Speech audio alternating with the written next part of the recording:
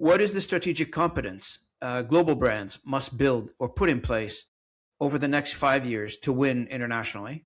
Oh, yeah, that's a large question. Um, yeah, so I mean, without rehashing too much of what we've already talked about, I think it's realizing the importance of local driving global growth. That you can't go global without thinking about the local considerations first. Of course, I say that broadly. Of course, you can launch globally. Technically, you can, but your success depends on how much you are considering that local culture that you're targeting. And this is not so, there again, to go back to what I said, we can help people at different levels, and it's not a huge investment right up front all the time. There are small things that companies can do that can take baby steps in the right direction. But for large global organizations, it is thinking about uh, not only how are they going to within the streaming industry, how are they going to distribute that content, but how is it going to connect at the local level? How is it going to inspire somebody to stay on that platform and not churn? Foundational to that is working with local humans. Even as AI progresses and becomes more sophisticated and takes out a lot of the production work, you will always need human oversight in there, because culture shifts, culture changes. It changes down to the zip code level, down to the neighborhood level. And 100%. so I think there's an opportunity here where people, previously we would go, maybe you could just go broadly into France, and now because of automation, you can go broadly into France, but now you can dial into different communities within France. So there's a very strategic play here that I think a lot of companies aren't seeing, is that instead of looking at it as cutting costs and just going into France or whatever country, but you can now think about how can I really localize to all of the different cultures within that particular country, which previously was too expensive to do. The costs involved in that and having multiple different levels of localization for different cultures was really costly. And companies do it, but not everybody could. So I think AI and automation is providing that opportunity to say, okay, how do I connect even deeper?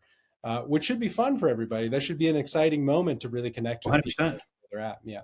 Because it's opening a huge doors now that we probably in the past we never had those doors open, right? So it allows us to engage in a different way. It opens our creativity. We're learning faster now. I mean, one of the things we talk about is automation, but we don't talk enough about how much AI is teaching us. To be honest with you, in Yeah. my case at least, I mean, just anecdotally, I started my career as a programmer. I was a coder, and I left that like for 30, 40 years. I never touched that. Now, when I came back to it, and I said, okay, well, I'm trying to take a shot at it and see if I can do it.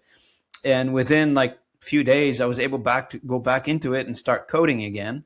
And all because AI has put in front of me ways to learn it. So it is, it's there for the taking, and there's the tools available for us to do whatever we want to do in the future. And I, encourage people, as you probably did, to take advantage of all the tools that are available for us in a conscious way, obviously, in an ethical way.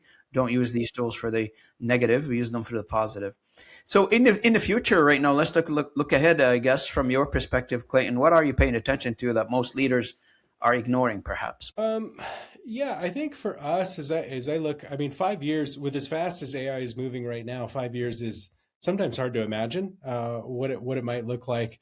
Um, but it's I've always viewed any kind of technological evolution of what's on the backside of that. What are the opportunities going to be? Whether it's for an individual in their career or it's for an organization at large, looking at what's being taken away versus what are the opportunities with what's being taken away, I think is a frame of mind that you have to flip in order to continue to be successful, because business landscape is changing. There's no doubt it has changed rapidly in the past 2 years. I would it just there's no two ways about it. So looking ahead is just understanding where things are going, and the output of things that are coming from AI will still need work, but it's just different work. So how can you pivot and how can you still provide a value add to that is critical in your thinking.